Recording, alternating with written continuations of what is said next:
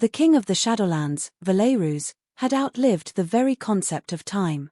He existed in epochs, his memory a vast, cold library where centuries were filed away like brittle scrolls. His castle, a spike of black basalt driven into the heart of a perpetually twilight mountain, was a monument to this stillness. It did not echo, sound was absorbed by the ancient tapestries, the towering shelves of silent books, the cold, unbreathing stone. For 300 years, his life had been a study in absolute order, a precise and unchanging ritual. The sun rose and set beyond the bruised purple clouds of his domain, a phenomenon he observed with the detached interest of a god watching a tide. Seasons were a rumor from the world below. Here, there was only the long, slow, quiet reign of his will. And into this profound silence, 6 days a week, came the girl. Her name was Allure, though he had not bothered to learn it for the first year of her service. She was simply the current iteration of a long line of village girls sent to dust the undusting surfaces and polish the eternally gleaming silver of his household. They were all the same, small, trembling, smelling of wood smoke, bread, and fear. They moved through his halls like mice, their heads bowed, their footsteps a soft, apologetic whisper against the flagstones. They were a necessary, if faintly irritating, component of the castle's machinery. They cleaned, and he ignored them. It was a simple, functional arrangement that had persisted for generations. This one, however, was quieter than the rest. She had a way of moving that was less like walking and more like erasure, as if she were actively trying to exist in the spaces she occupied. He would be in his library, lost in the cartography of a long-dead kingdom, and would only realize her presence by the faint, clean scent of lemon oil and beeswax she left in her wake. She never spoke. She never looked at him. Her presence was a fleeting sensory impression, a ghost of domesticity in a house of the dead. He found her unobtrusiveness acceptable. It did not disrupt his order. He sat now in his high-backed throne, carved from the heart of a petrified weirwood, its surface cool and unyielding against his spine. A chalice of crimson, rich and warm, rested on the arm of the throne. He had not touched it. He was not hungry. He was merely observing. The great hall was a cavern of shadow, its vaulted ceiling lost in darkness, the only light coming from a single candelabrum whose flames burned still and straight, for there was no breath of wind in this place. Through the towering archway, he could see the sliver of the corridor she was currently cleaning. He watched the subtle shift of light and shadow that marked her passage. He could hear the impossibly soft whisk of her cloth against a marble balustrade, a sound no human ear could have detected. He had begun to notice things. It was a recent development, and an unwelcome one. It began with the sound of her breathing. He could hear the slight catch in it when she thought he was near, a tiny, hitching thing that spoke of a fear so deep it had become autonomic. He noticed the way her hands, though steady in their work, were held so tightly when at rest that the knuckles were white. He saw the faint, violet smudges beneath her eyes, the exhaustion that clung to her like a second skin. These were details he had never sought, details that were now presenting themselves to him with an unnerving clarity. They were imperfections. Flaws in the silent, predictable rhythm of his existence. Tonight, the flaw was a sound. A tiny, fragile melody that threaded its way through the oppressive silence of the castle. It was her. In the corridor, she was humming. It was a simple tune, a folk song from the village, but she hummed it in a minor key, transforming its cheerful cadence into a lullaby of grief. The sound was so achingly sad, so profoundly lonely, that it snagged on something deep within him, something he had thought long since turned to dust. It was the sound of a caged bird forgetting it was meant to fly. The humming stopped as abruptly as it began. The silence that rushed back in felt heavier, more absolute than before. He felt a flicker of something he could not name. It was not anger. It was not pity. It was a cold, sharp irritation, the feeling of a perfectly aligned set of gears grinding against a foreign object. This small, sad human was introducing dissonance into his world of perfect, silent order. And Bruises, king of the Shadowlands, did not tolerate dissonance. He rose from his throne, the movement completely silent, a column of shadow detaching itself from a greater darkness. He would go to the library. He required a map of the northern wastes. The girl and her mournful little tune would be gone from the corridor by the time he returned. The order would be restored. He moved down the hall, his boots making no sound on the stone. The air grew cooler as he walked, the scent of old paper and leather reaching out to greet him. The library doors, massive constructs of oak and iron, stood slightly ajar. A sliver of warm, flickering light spilled out from within. She was in there. This was a deviation from her routine. She was never to enter his private library unless expressly summoned. Another discordant note. He paused in the doorway, concealed by the deep shadows, and watched. Ilara was not cleaning. She was on her knees before a low table, a collection of his silver writing implements laid out on a soft cloth. A single candle cast her in gold and shadow. She polished a silver letter opener with a focused, circular motion, her small form hunched over the task. She must have finished her duties in the hall and, seeing this undone, had taken the initiative. A servant in the world below might be praised for such diligence. Here, it was a transgression. He was about to speak, to chill the air with his voice and send her scurrying back to her designated spaces, when she paused. She set the letter opener down, its polished surface catching the candlelight like a sliver of the moon. She flexed her fingers, then reached up to push a stray strand of hair from her face. As she did, the loose cuff of her drab woolen sleeve slid down her arm. And he saw it. There, on the pale, tender skin of her inner forearm, was a bruise. It was not a simple knock or a careless bump.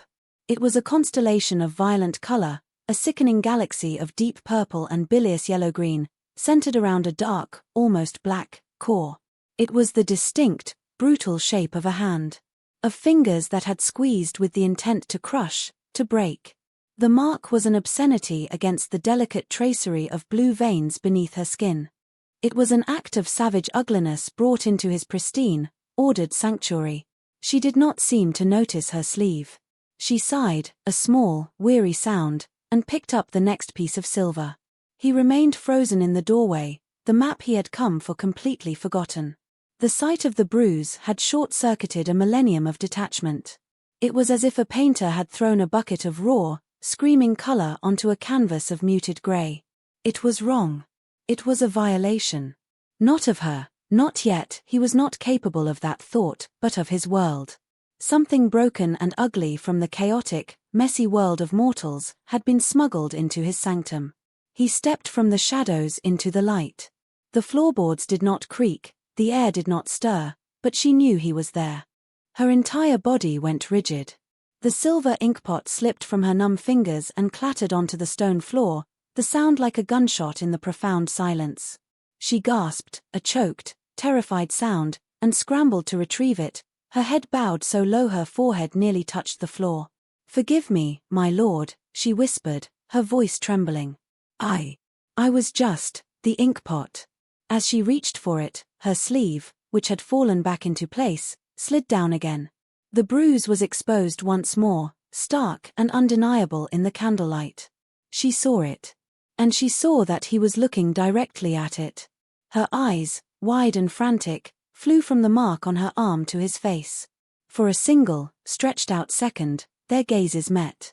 He saw in her eyes not the simple fear of a servant caught in a transgression, but a deeper, more profound terror. It was the terror of exposure. The terror of her secret pain being seen. With a speed born of pure panic, she snatched her hand back, pulling the sleeve down, hiding the mark away. She clutched the arm to her chest as if protecting it, her body curling in on itself. She still knelt on the floor, small and broken before him. He said nothing. He simply stood there, a towering figure of black silk and alabaster skin, his face an unreadable mask. The silence stretched, thick and heavy, filled with the echo of the dropped inkpot and the sound of her frantic, terrified heartbeat, a frantic drum against the eternal quiet of his own still heart. He looked from her bowed head to the spot on her arm, now hidden beneath rough wool. But he could still see it. The image was burned into his ancient mind, a brand of ugly color on the grey tapestry of his existence. The order had not been restored. It had been shattered. The image of the bruise followed him back to the throne room. It was an unwelcome guest in the cold, orderly gallery of his mind, a splash of raw, chaotic color on a monochromatic landscape. He sat on his throne not in contemplation, but in a state of profound disturbance. For centuries, his emotions had been ghosts, faint echoes of a lifelong past. He could recall the memory of anger, the intellectual concept of sorrow, but the feeling itself was a foreign language. Now, something new and unwelcome was stirring in the dust. It was a cold, sharp-edged thing, and it coiled in the stillness where his heart used to be. He replayed the moment in the library. The clatter of the silver ink pot. The girl's panicked gasp. The way she had curled into herself, a wounded animal trying to make itself small enough to disappear. But it was the bruise itself that held him captive. The brutal, hand-shaped bloom of violence on her skin. It was an artifact from another world, the world of sweat and sunlight, of short, brutish lives and messy, painful deaths. A world he had long ago walled himself away from. And she, the quiet, unobtrusive servant, was a bridge to that world. A conduit for its ugliness. He had dismissed her with a flick of his fingers, a gesture of silent, cold command. She had fled without a word, a whisper of movement, leaving the polished silver and the single candle burning in the vast, dark library. He had remained for a long time, staring at the place on the floor where she had knelt. The air still held the faint scent of her fear. It was a scent he knew well, the incense of his long reign. But this fear was different. It had not been directed at him, not entirely. When she had looked at him, her eyes wide over the revealed mark, he had seen something beyond the terror of his presence. He had seen shame, humiliation, the desperate plea of the captive to not have the nature of their cage examined too closely. This realization was the source of his disturbance. Her fear was not for what he might do to her, but for what he had seen. The mark was a secret language, and he had inadvertently read a terrible sentence. Over the next few days, Werewolves began to watch her. It was not a casual observation. He applied to the task the same focused, predatory intensity he had once used to hunt men in the forgotten forests of his mortal life. He became a student of her silence. He catalogued her movements, the subtle shifts in her posture, the microscopic tremors that passed through her hands when she thought no one was looking. He had existed for 1,000 years without ever truly seeing the servants who moved through his halls. Now, he saw everything. He saw the way she flinched when a door closed too loudly down a distant corridor. He saw how she favored her left side, a subtle, almost imperceptible stiffness in her gait, as if her ribs ached. He saw the way she would sometimes pause in her work, her eyes glazing over, her hand rising to her throat as if to ward off an invisible blow. These were the aftershocks of a violence he had not witnessed, the ghosts of pain that haunted her small frame. His castle became a laboratory for this new, unsettling science. His preternatural senses, usually dormant in the unchanging environment, sharpened to a razor's edge. He could hear the uneven rhythm of her heart from 3 rooms away. He could smell the faint, coppery tang of old blood on the collar of her dress, scrubbed clean but forever present to him. He could feel the currents of air shift as she passed by an open doorway, a cold spot of dread in the otherwise still atmosphere. He learned her routines not as a master, but as a hunter learns the patterns of its prey. She rose before the false dawn that perpetually graced his lands. She broke her fast in the cavernous kitchens with the other servants, a hunched, silent figure who ate little and spoke less. He listened from the shadows of the upper galleries, a gargoyle of stone and silk, as the others' cheerful, mundane chatter washed over her. They spoke of the village, of festivals and harvests, of births and betrothals. Ilara never contributed. She was an island of silence in their small sea of humanity. One evening, he was in his solar, reviewing the tithe accounts from the village below. The numbers were always the same, the offerings predictable. A portion of their grain, their livestock, their woven cloth. A tribute paid for his protection, though none living knew what they were being protected from. It was a tradition so old its origins were lost to myth. He was a dark god in a mountain, and they were his faithful. He heard her approaching. Her soft footsteps were a familiar rhythm now. She was coming to light the lamps. He remained at his desk, pretending to be absorbed in the ledgers. She entered the room, a lit taper in her hand. She moved to the first lamp, her back to him. He did not turn, but watched her reflection in the dark, polished surface of his desk. In the reflection, her face was a mask of weary concentration. The candlelight softened the hard lines of her life, but it also deepened the shadows. As she reached up to lift the glass chimney of the lamp, the movement pulled the collar of her dress slightly askew. And there, just above her collarbone, was a faint, crescent-shaped scar, pale and silvery against her skin. It was old. But beside it, partially hidden by the rough fabric, was something new. A raw, red chafe mark, the kind of friction burn left by a coarse rope, or a hand gripping a fistful of cloth and twisting it tight. He felt the cold coiling in his gut tighten. This was not a past horror. This was a present and continuing damnation. He had seen the bruise, a momentary explosion of violence. Now he was seeing the architecture of a sustained campaign of cruelty. The old scars and the new wounds, a testament to her unending torment. "The lamp on the west wall is sputtering," he said. His voice, unused for hours, was a low rasp of sound, like stone grinding on stone. The girl flinched so violently she almost dropped the taper. The flame wavered, casting frantic, dancing shadows across the room. She froze, her hand still on the lamp, her back ramrod straight. "My lord," she breathed, the words barely audible. "See to it," he commanded, his eyes still fixed on her reflection. She turned, her face a pale oval in the gloom. She kept her head bowed, her chin tucked so low it almost touched her chest, a posture of submission designed to hide her face, to hide her throat, to hide everything. She scurried to the other side of the room, her movements jerky with fear. As she passed his desk, he caught the scent of her, not just the soap and beeswax, but something else. The clean, sharp scent of an herbal salve. The kind used to soothe bruises. She was tending to her wounds in secret, trying to erase the evidence of her own suffering. He watched as she tended to the sputtering lamp. Her hands trembled, making the task clumsy.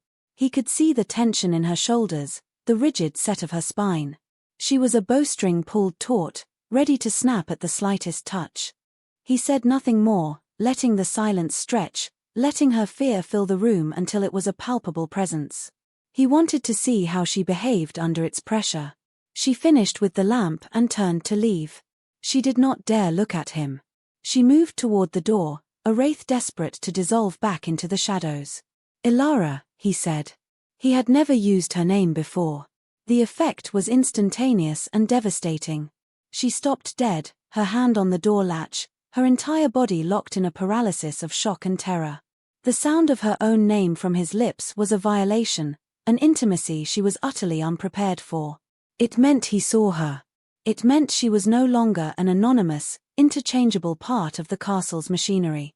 Slowly, as if pulled by invisible wires, she turned to face him. Her face was ashen, her eyes wide with a terror that was now entirely, personally for him. "My lord," she whispered. He rose from his chair. He was a creature of the night, and the growing darkness of the solar seemed to cling to him, to amplify his presence. He moved around the desk, his steps silent, until he stood before her. She was so small.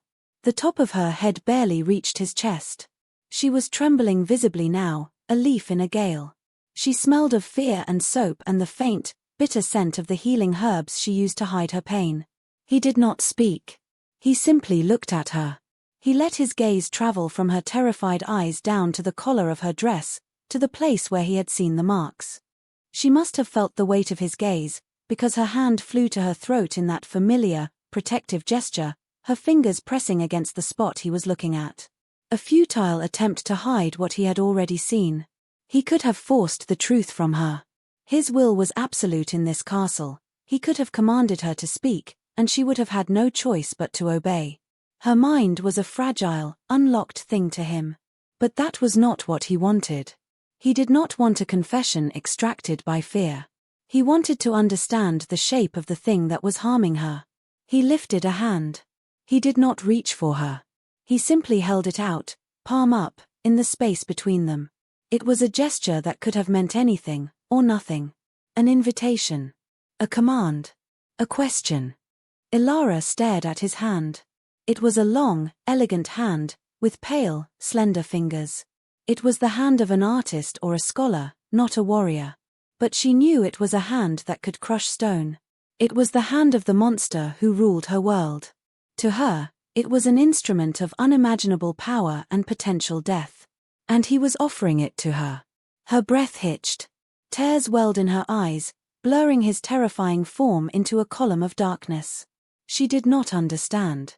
She had spent her life learning to be invisible, to anticipate cruelty, to absorb pain without a sound. She had no framework for this. The king's silence was a known terror. His anger, a legendary one. But this quiet, intense scrutiny, this incomprehensible gesture, it was a new and terrifying landscape.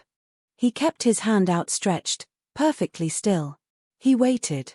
He had the patience of mountains, of glacier. He could wait all night. He was watching the war inside her, the battle between a lifetime of conditioned fear and the flicker of some other, unknown possibility. Finally, with a small, choked sob, she broke. Not in words, but in a single, betraying tear that escaped and traced a glistening path down her cheek. She shook her head, a tiny, frantic movement, and turned and fled, pulling the door closed behind her with a soft, final click. Valerius stood alone in the lamplit darkness, his hand still outstretched in the empty air. He slowly lowered it. He had his confirmation. Her terror was not a lie. The marks were not an accident. And the source of that terror was so profound that even he, the darkest nightmare of her people, seemed the lesser of two evils. A cold, calm clarity descended upon him. The dissonant notes had resolved into a single, terrible chord. The ugliness had a name and a place. It lived in the village below. It breathed the same air as his subjects. It put its hands on something that belonged, in the loosest, most feudal sense, to him. His decision was not born of rage.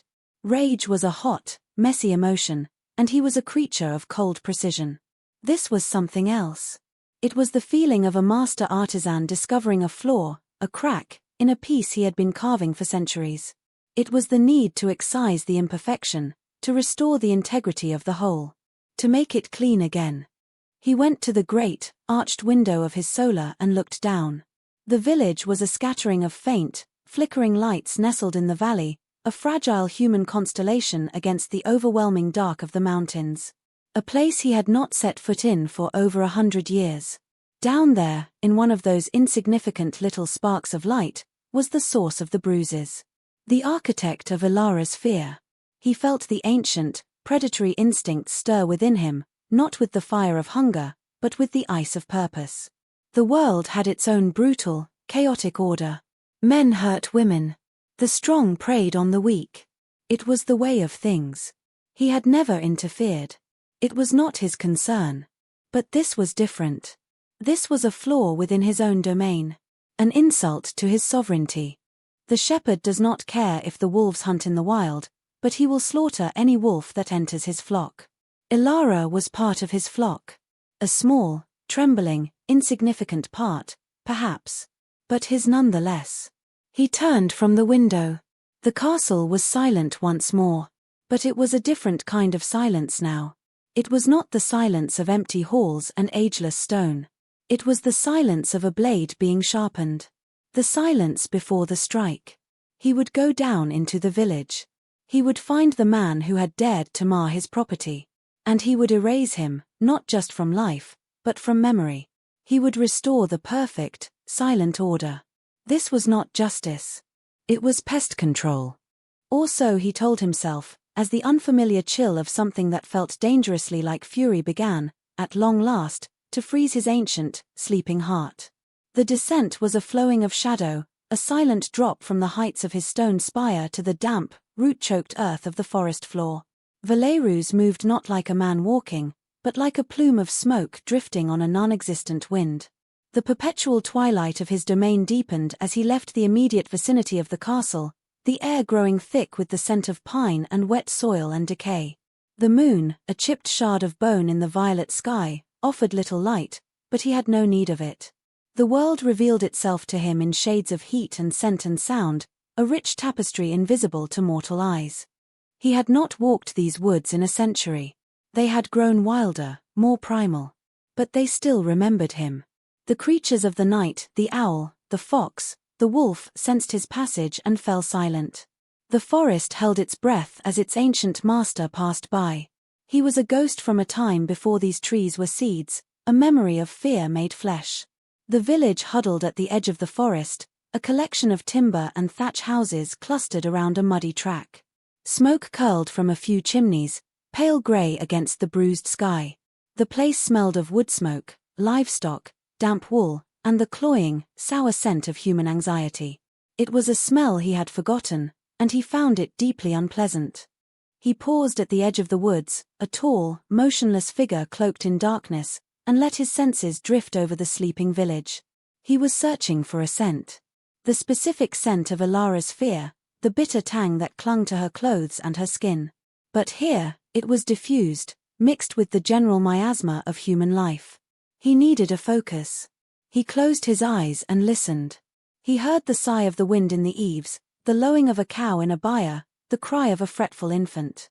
He filtered through the mundane sounds, searching for the discordant note, the sound of the ugliness he had come to excise. And then he found it. From a squat, poorly kept cottage near the center of the village came the sound of a man's voice, thick with ale and resentment. It was a grating, bullying sound. He could not make out the words, but the tone was unmistakable. It was the sound of a man who used his voice as a weapon. Werewolves did not need to see him to know the shape of him. He knew the swagger, the casual cruelty, the weakness that masqueraded as strength. He focused on the cottage. He could hear 2 heartbeats within. One, a slow, heavy thudding, thick and unhealthy. The other, a frantic, rabbit-quick beat. A woman's. An old woman, from the sound of her wheezing breath. He could smell the stale ale, the unwashed bodies, the rancid fat from a poorly cooked meal. And beneath it all, faint but clear, was the scent of the herbal salve Ilara used. This was the place. This was the source. He did not approach the front door. He flowed around the side of the house, a sliver of darkness, and peered through a grimy window pane. Inside, a large, bull-necked man sat at a rough-hewn table, a clay jug in his meaty fist. He was yelling at an old woman who cowered by the hearth, her face a mask of weary resignation. This was Torvin, Ilara's betrothed. The village whispers he had finally deigned to listen to had given him the name. A blacksmith, a man of some standing, known for his strength and his temper. Useless girl, Torvin was slurring, his voice a low growl. Off at the castle, playing lady, while we starve. Sends back half her coin. Half. What good is that? Should be giving it all to her family. To her future husband he slammed the jug down on the table, sloshing ale onto the wood. The old woman, Ilara's mother, flinched but said nothing. Her silence seemed to infuriate him more. And you, he spat, pointing a thick finger at her. You're no better. Letting her get away with it. When we're wed, things will be different. I'll teach her the meaning of respect. I'll beat the high and mighty notions out of her. She'll learn her place. Werewolves watched, his face impassive. He felt no anger. He felt a profound sense of aesthetic offense. This creature was crude, loud, and artless in his cruelty. His violence was clumsy and predictable. It was like watching a butcher attempt surgery with a meat cleaver. It was inefficient. The revenge Werewolves had planned was not a simple act of murder.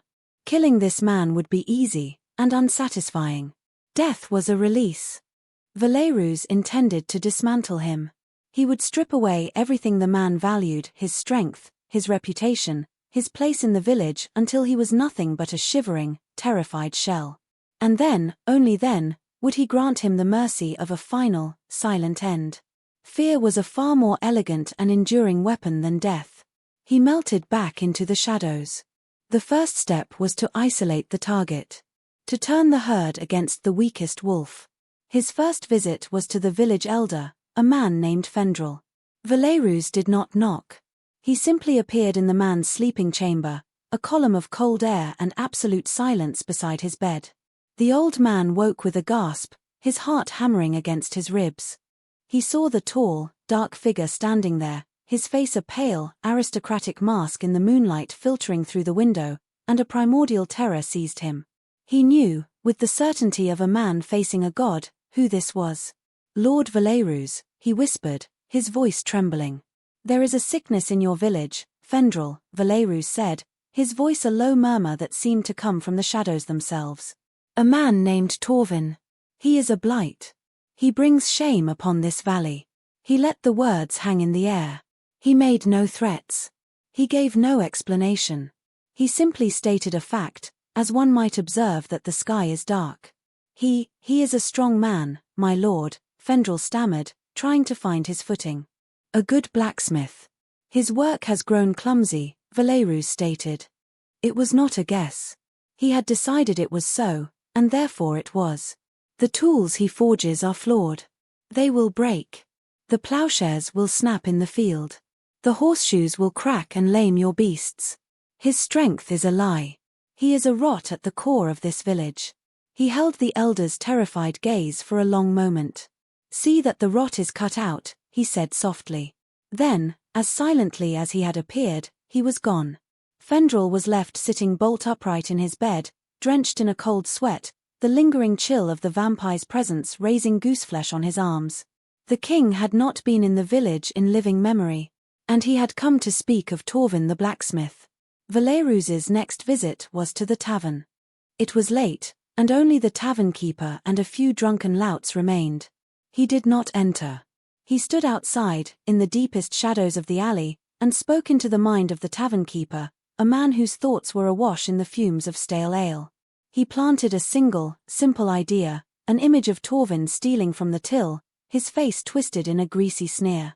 The man would wake in the morning with the unshakable conviction that Torvin was a thief. His final stop was at the smithy itself. The fire was banked, the air thick with the smell of coal and hot metal. He ran a single, cold finger over the anvil, leaving a trace of frost that would not melt. He touched the head of the largest sledgehammer, infusing the metal with a subtle, molecular weakness. The next time Torvin swung it with his full, brutish strength, the head would shatter. He had spent less than an hour in the village. He had not laid a hand on anyone. He had not raised his voice. But he had planted the seeds of Torvin's destruction. He had poisoned the well of his reputation. He had undermined the foundation of his strength. Now, all he had to do was wait and watch the rot spread.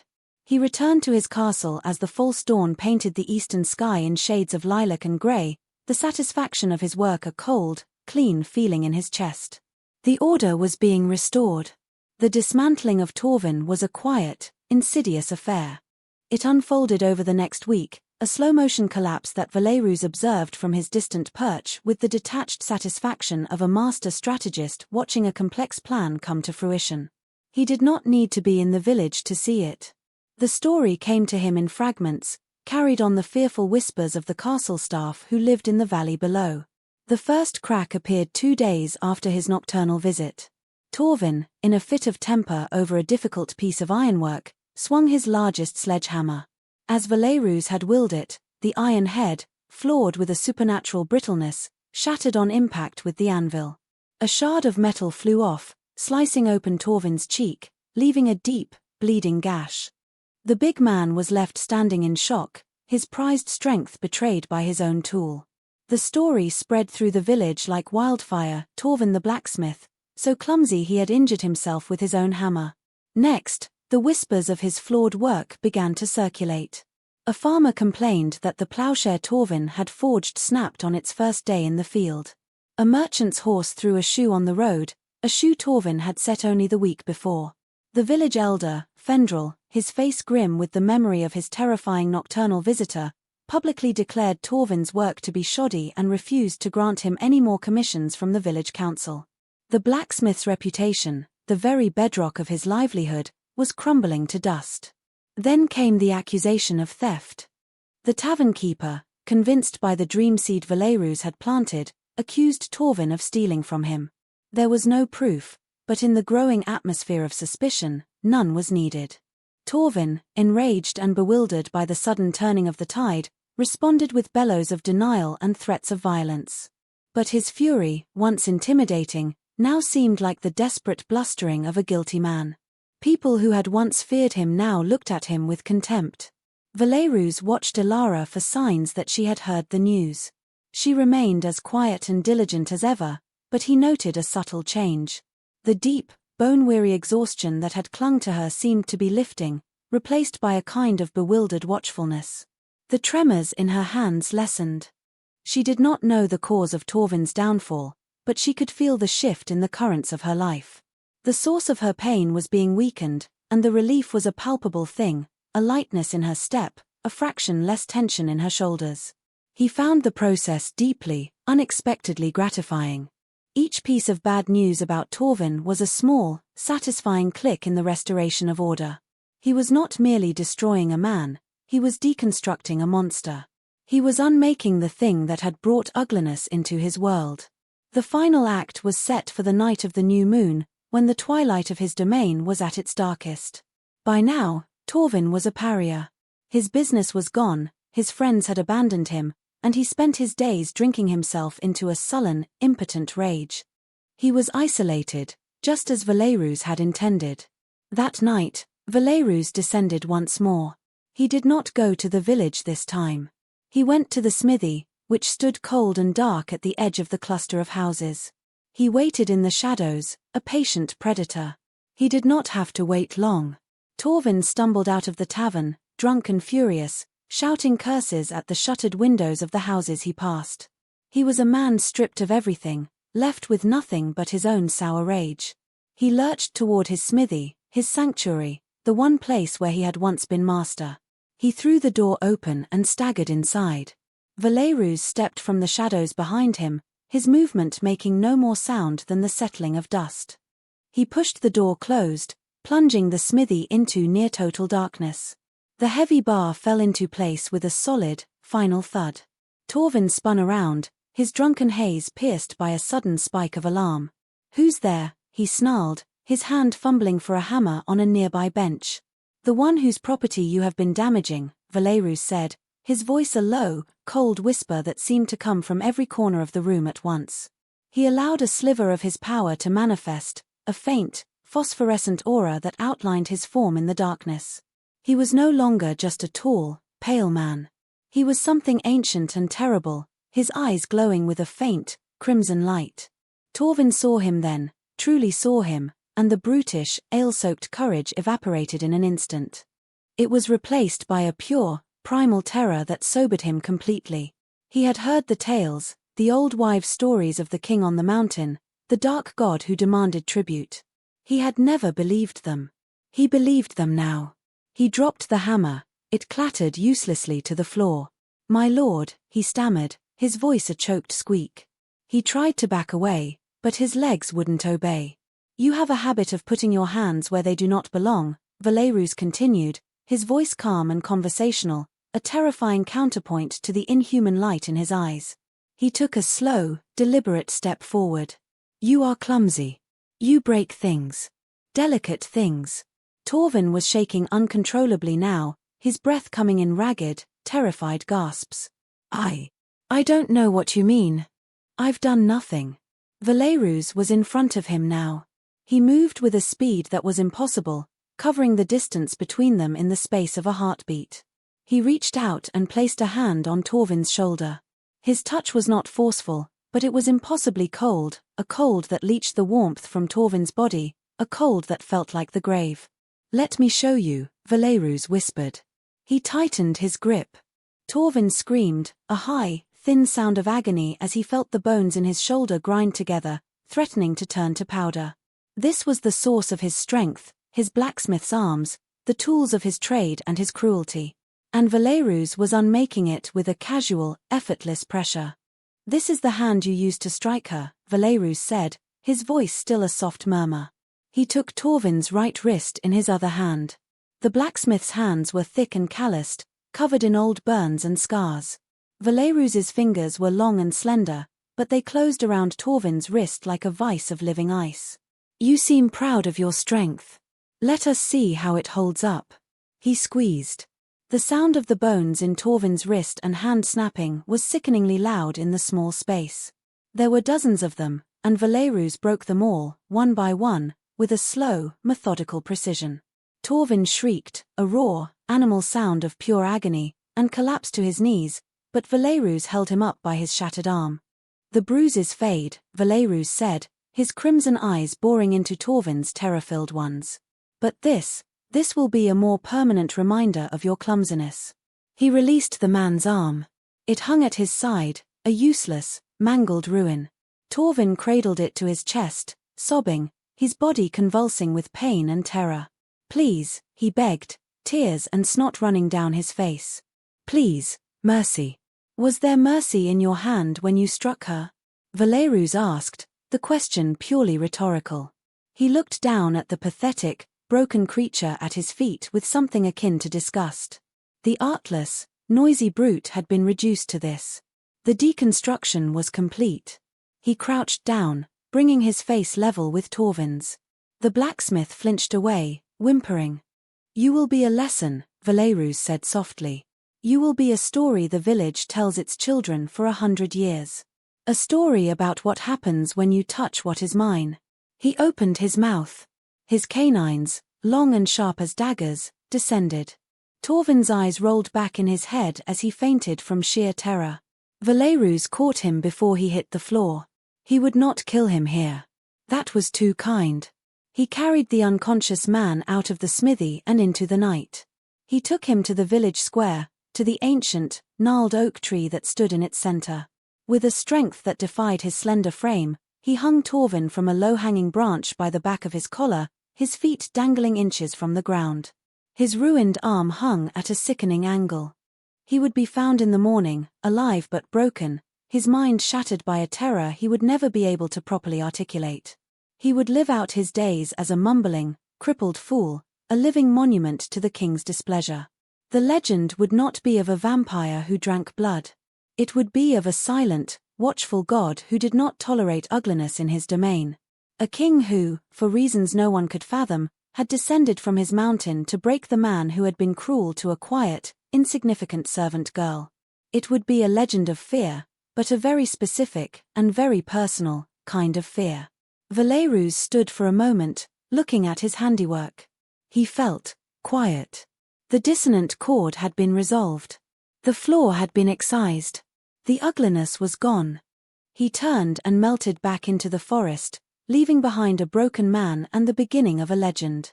The order was restored. Velleyrus returned to a castle that was exactly as he had left it, silent, cold, and eternal. But as he swept through the great hall, he felt a subtle shift in its atmosphere.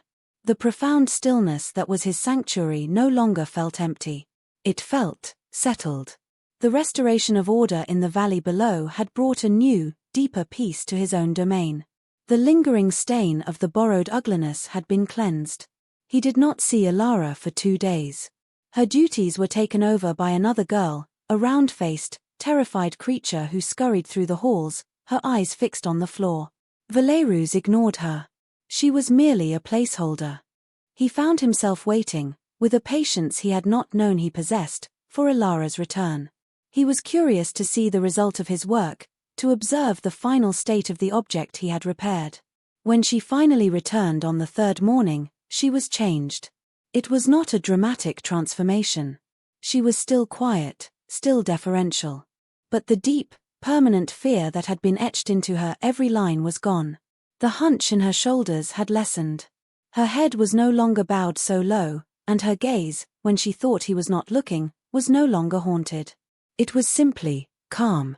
She moved through the castle with a new, quiet grace, a stillness that came not from terror, but from peace. He watched her as she dusted the books in his library. Her hands, once prone to trembling, were perfectly steady. She worked with a silent, focused efficiency. There was no hesitation in her movements, no flinching at imagined sounds. She was like a tightly coiled spring that had finally been allowed to unwind. She did not know, of course. She could not possibly know that he was the architect of her newfound peace. The story that had reached the castle from the village was a mangled, terrified thing. Torvin had been found gibbering and broken, his arm shattered, his mind gone. He spoke only of a dark shape with eyes of fire. The village was gripped by a reverent terror. They saw it as divine retribution, a punishment for Torvin's arrogance and cruelty, delivered by the mountain god they had so long neglected. They did not connect it to Ilara. She was too insignificant.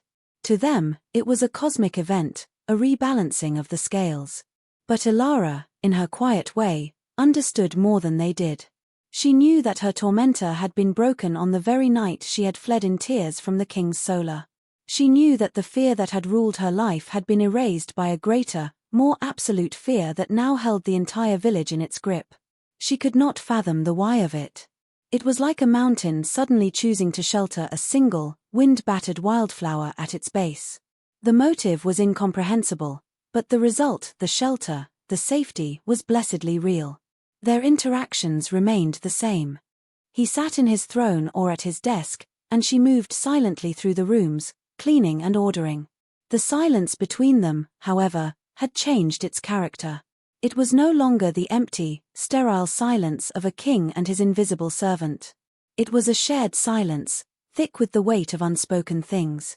It was the silence of a question asked and an answer given, without a single word being exchanged. He found himself observing the small details of her healing. He saw the color returning to her cheeks. He noticed that the dark circles under her eyes were fading. One afternoon, as she polished a silver chalice, he heard it again. She was humming. It was the same sad folk tune as before, but this time, she hummed it in its proper, major key. The melody was no longer a lament. It was soft and tentative, but it was a sound of quiet, private contentment. The sound resonated within him, not as a discordant note, but as a perfect, harmonious chord. It was the sound of his order, perfectly restored. One evening, he sat in his study, a rare, leather-bound volume open before him. He was not reading. He was simply enjoying the profound quiet, a quiet he now recognized was made whole by her peaceful presence in the castle. She entered to light the lamps, just as she always did. She moved with her newfound grace, her steps light and sure. She lit the lamps on the far wall first, then moved toward his desk. As she passed him, she hesitated. It was a minuscule pause, a fractional break in the fluid rhythm of her movements. He did not look up from his book, but he was aware of her every breath. She stood beside his desk for a long, silent moment. He could feel the warmth of her body, the clean scent of her clothes. He could sense the internal debate, the gathering of a courage she had never before possessed. Then, with a movement so swift and delicate he almost missed it, she reached out and placed something on the corner of his desk. It was a small, white wildflower, the kind that grew only in the highest, most sheltered crevices of the mountain. A star petal, they were called. Fragile, resilient, and exceedingly rare. She did not say a word. She did not look at him. She simply placed the flower on the dark, polished wood, then continued on her way, lighting the final lamp before slipping out of the room as silently as she had entered. He was left alone with the flower. He stared at it for a long time. It was a tiny, perfect thing, its white petals a stark contrast to the black wood of his desk and the grey twilight of his world. It was a splash of life, of color, of impossible fragility in his fortress of death and stone. It was a thank you. It was an acknowledgement. It was a bridge across the vast, silent chasm that separated them. She did not know the details of what he had done, but she knew that he had done it for her. And this was her answer. He did not touch the flower. To touch it would be to risk crushing it. He simply looked at it. A vampire king who had commanded armies, who had watched empires turn to dust, who had ruled for 1,000 years from a throne of ice and shadow. And a small, white wildflower, left for him by a girl whose name he had only recently learned. He felt the corners of his mouth, unused to the expression for centuries, twitch with the ghost of a smile. The legend of fear that he had authored in the valley had a secret postscript. His brutal, terrifying act of vengeance had not just destroyed a monster. It had cultivated something far more unexpected. It had created a space where a small, broken thing could heal. And in doing so, it had introduced a new, strange, and not entirely unwelcome note into the long, silent symphony of his own existence. The order was restored, but it was a new kind of order now, one that contained the quiet, fragile beauty of a single, perfect wildflower blooming in the heart of winter.